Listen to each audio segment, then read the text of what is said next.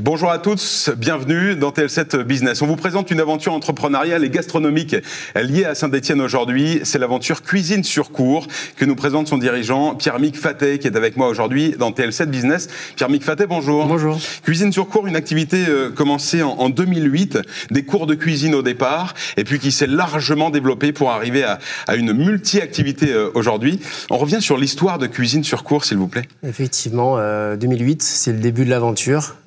J'avais un restaurant qui s'appelait l'Épicurien. Je le mets en vente pour prendre plus grand au départ. Je rentre au Goemio et on me dit il faudra une terrasse, un parking, etc. Je le vends tout de suite. Oui. Et j'ai pas le nouveau restaurant. Du coup, je lance les cours de cuisine, les cours d'œnologie, une petite boutique cave et finalement, je m'y plais et je me dis que le resto, ça va attendre un petit peu plus tard. Qu'est-ce qui définit votre savoir-faire à vous, Pierre-Mick ? C'est alors tout ce qui est autour de la table, clairement les bons produits, le local. On a beaucoup d'artisans avec qui on travaille. Ça, c'est la priorité. On aime vraiment travailler sur 42-43. Oui. L'agilité, je le dis souvent, mais on est très disponible pour les clients. On va chercher les petites pépites à gauche, à droite. On fait du sur-mesure. Voilà, c'est peut-être ce qui nous caractérise le plus. Et c'est le fil rouge de votre aventure entrepreneuriale, on peut dire ça. Oui, c'est ça. C'est pas forcément le volume, mais plutôt être dans la précision. Ouais. Cuisine sur cours, donc des ateliers au départ, et puis ça s'est développé avec des caves également. On peut dire ce qui s'est passé pour vous depuis 2008 et la manière dont l'entreprise a grandi. C'est vrai que 2008, donc Saint-Étienne, rue Pointe-Cadet, puis on a grandi, on se retrouve place Grenette, en face du poissonnier, en face du petit Italien qui fait des bonnes charcuteries.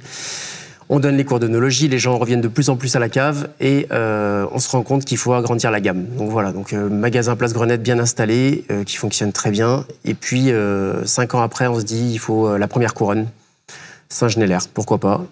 L'axe Saint-Victor, Roche-la-Molière me plaît, donc je me dis on y va. Et puis il y a 2 ans, encore une possibilité de s'agrandir. Et cette fois-ci, c'est Saint-Rambert, Saint-Just-Saint-Rambert, où on a une possibilité à côté de la Maison Pouilly, à côté du Chardon Bleu. Voilà, on est toujours à côté de ces artisans-là aussi, qui drainent du monde. Donc une 3e cave. D'accord. Donc vous avez une croissance maîtrisée et stratégique. Ouais, c'est stratégique parce qu'il faut être encore une fois agile aussi dans le business. On voit bien que parfois le centre-ville, il peut y avoir un petit peu plus de difficultés pour se garer, etc. Donc je m'étais dit, on ferme pas le centre-ville. Ça, c'est hors de question. En revanche, on va apporter une 2e ou une 3e solution. Aujourd'hui, ce qui est assez rigolo, c'est que notre clientèle va dans les 3 boutiques. Donc il y a une vraie marque qui s'est imposée aujourd'hui, une vraie clientèle installée. L'activité traiteur, elle arrive un peu plus tard et c'est véritablement aujourd'hui un gros axe de développement pour vous. Oui, alors c'est mon associé Franck Delbray, chef de cuisine, qui porte vraiment ce projet-là, qui est passionné de petites pièces dînatoires, etc., qui est toujours en recherche pour trouver des nouveaux buffets un peu inventifs. Fan du show cooking, il fait énormément de démonstrations devant les gens. Et effectivement, là aussi, au départ, c'est du bouche à oreille. Donc des gens qui viennent à la boutique, des gens qui prennent des cours de cuisine avec nous. Et puis en fait, on se rend compte qu'on nous demande de plus en plus. Et on se dit là, il faut accélérer. Et du coup, depuis 6 mois, on investit dans un labo qui est à 200 mètres du Zénith, à Saint-Étienne, pour le coup, de 450 mètres carrés. Oui. Avec tout ce qu'il faut pour bien travailler de plein pied. C'est plutôt de la technique, mais plus facile pour nos équipes aussi. Et avec un accès facile, puisqu'on est souvent en déplacement sur le 42-43 et on va jusqu'à Clermont et Lyon aussi de l'autre côté. Donc c'est très central, facilité d'accès. Un local qui permet d'avoir un laboratoire et aussi un showroom. Ça, c'est une vraie particularité. Il faut montrer le savoir-faire aux clients et aux prospects. Exactement. Moi, je pars du principe qu'on reçoit les clients, on leur montre où on travaille, dans quelles conditions. Et surtout, on leur montre aussi ce que ça peut donner. Donc, j'aime bien faire des testings. Pour un événement, je sais pas, 200, 300 personnes. On reçoit l'équipe dirigeante, on leur fait goûter des pièces, on leur fait visiter le lieu et on a même des bars événementiels, puisque je vous ai dit qu'on aimait beaucoup faire d'animation. Donc, l'idée, c'est qu'ils se retrouvent au sein d'un lieu qui peut ressembler à ce qu'ils vont faire ensuite, soit dans l'entreprise, ou soit chez nous d'ailleurs. En quoi la scénographie est aussi importante que ce qu'on mange, que ce qu'on déguste ? On dit bien avec les yeux, pas qu'avec le ventre, mais aujourd'hui c'est un tout. C'est-à-dire qu'aujourd'hui, on met nos artisans en avant, il faut qu'il y ait tout le packaging autour. Ça suffit plus en fait de faire le meilleur plat. Enfin, pour moi, c'est de A à Z. Il faut l'emballage aussi. Exactement. Ouais. Comment vous définiriez votre stratégie et votre angle d'attaque, votre positionnement sur ce marché du traiteur aujourd'hui ?